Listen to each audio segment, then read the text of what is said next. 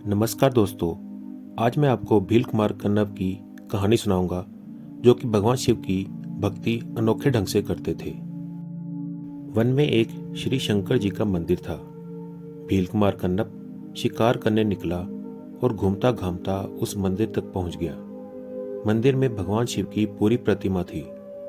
उस भावुक सरल हृदय भील कुमार के मन में यह भाव आया कि भगवान इस हिंसक पशुओं से भरे वन में अकेले हैं। कहीं कोई पशु रात्रि में आकर इन्हें कष्ट न दे। उस समय संध्या हो रही थी। भील कुमार ने धनुष पर बाण चढ़ाया और मंदिर के द्वार पर पहरा देने बैठ गया। वह पूरी रात वहां पर बैठा रहा। जब सवेरा हुआ तब कन्नप के मन में भगवान की पूजा करने का विचार हुआ, किंतु वह क्या जाने पूजा करना। वह वन में गया, पशु मारे और अग्नि में उनका मांस भून लिया। शहद की मक्खियों का छत्ता तोड़कर उसने शहद निकाला। एक दोने में शहद और मांस उसने लिया और वन की लताओं से कुछ फूल तोड़े और अपने बालों में उलझा लिए। नदी का जल अपने मुख में भर लिया और मंदिर पहुंच गया। मूर्ति पर कुछ फूल और पत्ते पहले से पड़े हुए थे। उन्हें कन्नप ने अपने पैर से हटा दिया, क्योंकि उसके एक हाथ में धनुष था और दूसरे हाथ में मांस का दोना। अपने मुख से ही उसने मूर्ति पर जल गिराया। अब धनुष एक और रखकर बालों में लगाए फूल निकालकर उसने मूर्ति पर चढ़ाए और उसने मांस का दोना नैवेद्य के रूप में मूर्ति के सामने रख दिया तथा स्वयं धनुष पर बाण चढ़ाकर चौकीदारी करने मंदिर के द्वार के बाहर बैठ गया।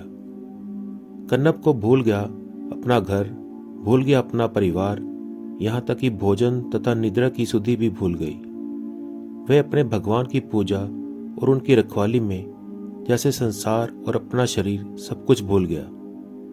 उस मंदिर में प्रातःकाल एक ब्राह्मण दूर के गांव से प्रतिदिन आते थे और पूजा करके चले जाते थे। उनके आने का समय वही था जब कन्नप वन में शिकार करने जाता था। मंदिर में मांस के टुकड़े पड़े देखकर ब्राह्मण को बड़ा दुख हुआ। उन्होंने नदी से जल लाकर पूरा मंदिर धोया, स्वयं फिर से स्नान किया और तब पूजा की। लेकिन यह कोई एक दिन की बात तो थी नहीं। प्रतिदिन जब यही दशा मंदिर की मिलने लगी, तब एक दिन ब्राह्मण ने निश्चय किया कि आज छिपकर देखूंगा कि कौन प्रतिदिन मंदिर को भ्रष्ट कर जाता है। ब्राह्मण छिपकर देखता रहा, किंतु जब उसने धनुष लिए भयंकर भील को आते देखा तब कुछ बोलने का उसे साहस नहीं हुआ। तभी भगवान शिव ने एक लीला रची। उन्होंने अपनी मूर्ति के एक आंख को चोटिल कर दिया, जिससे उस आंख में से रक्त बहने लगा। इधर कन्नप ने मंदिर में प्रवेश करते ही देखा कि भगवान की मूर्ति के एक नेत्र से रक्त बह रहा है। उसने हाथ का दोना नीचे रख दिया और दुख से रो उठा। हाय, किस दुष्ट ने मेरे भगवान के नेत्र में चोट पहुंचाई। पहले तो कन्नप धनुष पर बाण चढ़ाकर मंदिर से बाहर दौड़ गया। वह मूर्ति को चोट पहुंचाने वाले को मार देना चाहता था, किंतु बहुत शीघ्र ही धनुष फेंककर उसने घास पत्ते एकत्र करने प्रारंभ कर दिए। एक पूरा गट्ठर लिए वह मंदिर में लौटा और एक एक पत्ते व जड़ को मसल मसल कर मूर्ति के नेत्र में लगाने लगा। कन्नप का यह प्रयोग सफल नहीं हुआ। मूर्ति के नेत्रों से रक्त बहना किसी प्रकार भी रुकता नहीं था। इससे वे भील कुमार अत्यंत व्याकुल हो गया।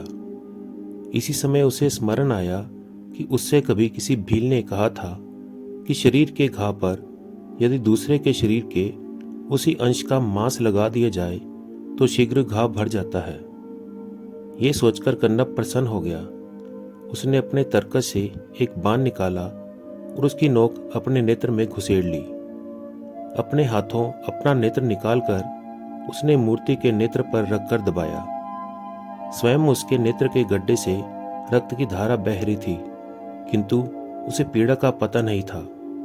वह प्रसन्न हो रहा था कि मूर्ति के नेत्र से रक्त निकलना बंद हो गया है। इसी समय मूर्ति के दूसरे नेत्र से रक्त निकलने लगा। कन्नप को तो अब औषधि मिल गई थी। उसने मूर्ति के उस नेत्र पर अपने पैर का अंगूठा रखा, जिससे दूसरा नेत्र निकाल लेने पर जब वह अंधा हो जाए तो इस मूर्ति के नेत्र को ढूंढना ना पड़े।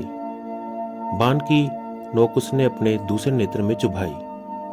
सहसा मंदिर दिव्य प्रकाश से प्रकाशित हो उठा। उसी मूर्ति से भगवान शंकर प्रकट हो गए।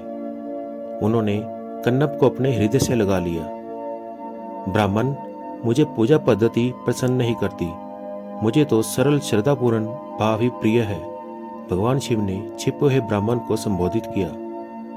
कन्नप के नेत्र अब स्वस्थ हो चुके थे। वह तो आशुतोष भगवान शिव का पार्षद बन गया था और उनके साथ ही उनके दिव्य धाम में चला गया। ब्राह्मण को भी उस भील कुमार के संसर्ग से भगवान शिव का दर्शन प्राप्त हुआ। बोलो भगवान और उनके भक्त की जय। दोस्तों, अगर आपको ये कहानी अच्छी लगी तो प्लीज़ इसे लाइक कीजिए, शेयर कीजिए और मेरे चैनल को सब्सक्राइब करना न भूलें। धन्यवाद।